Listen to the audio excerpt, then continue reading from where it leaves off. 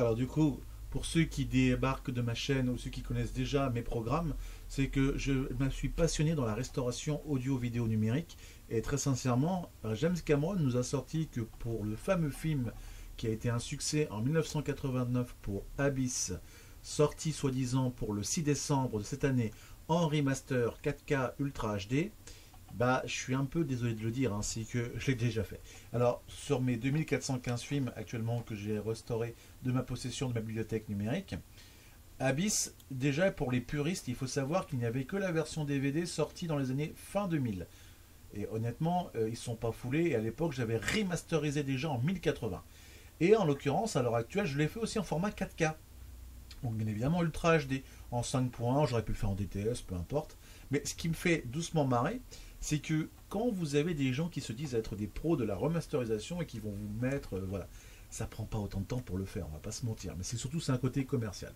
Du coup, pour clôturer cette vidéo, je vais bien sûr vous montrer un extrait coupé du son pour éviter le strike, mais surtout pour vous montrer l'image en elle-même en 4 Ultra HD.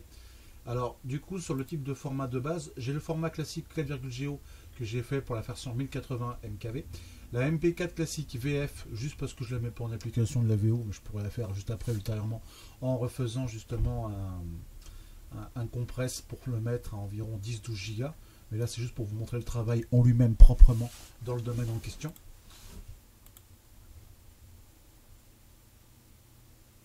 Hop là.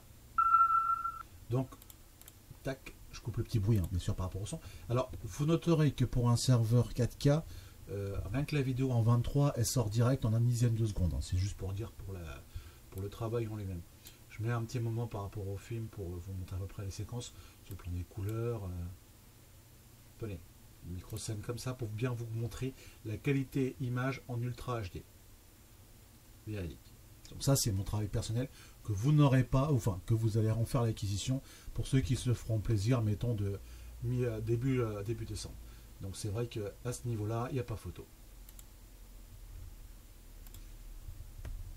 Donc voilà, ce que je voulais montrer en termes d'exclus, c'est que personnellement, vous avez des gens comme moi qui font déjà ce genre de travail, et très sincèrement, c'est un peu dommage que dans le cinéma, ce ne soit pas fait de manière aussi plus, on va dire, rapide, parce que réellement, pour des films qui ont plus de 34 ans à l'heure d'aujourd'hui, il y a un moment, ils peuvent être oubliés du grand public. À part les vieux puristes qui connaissent ce genre de film, honnêtement, vous n'allez pas vraiment atteindre ce qu'on pourrait appeler un jeune public.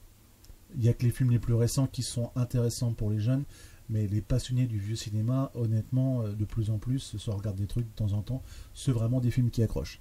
Donc pour justement Abyss de 89, je sais pas. Honnêtement, je pense pas qu'il ait un grand succès pour ce qu'il est. Mais bon, après, à voir. Peut-être que l'avenir me dira le contraire.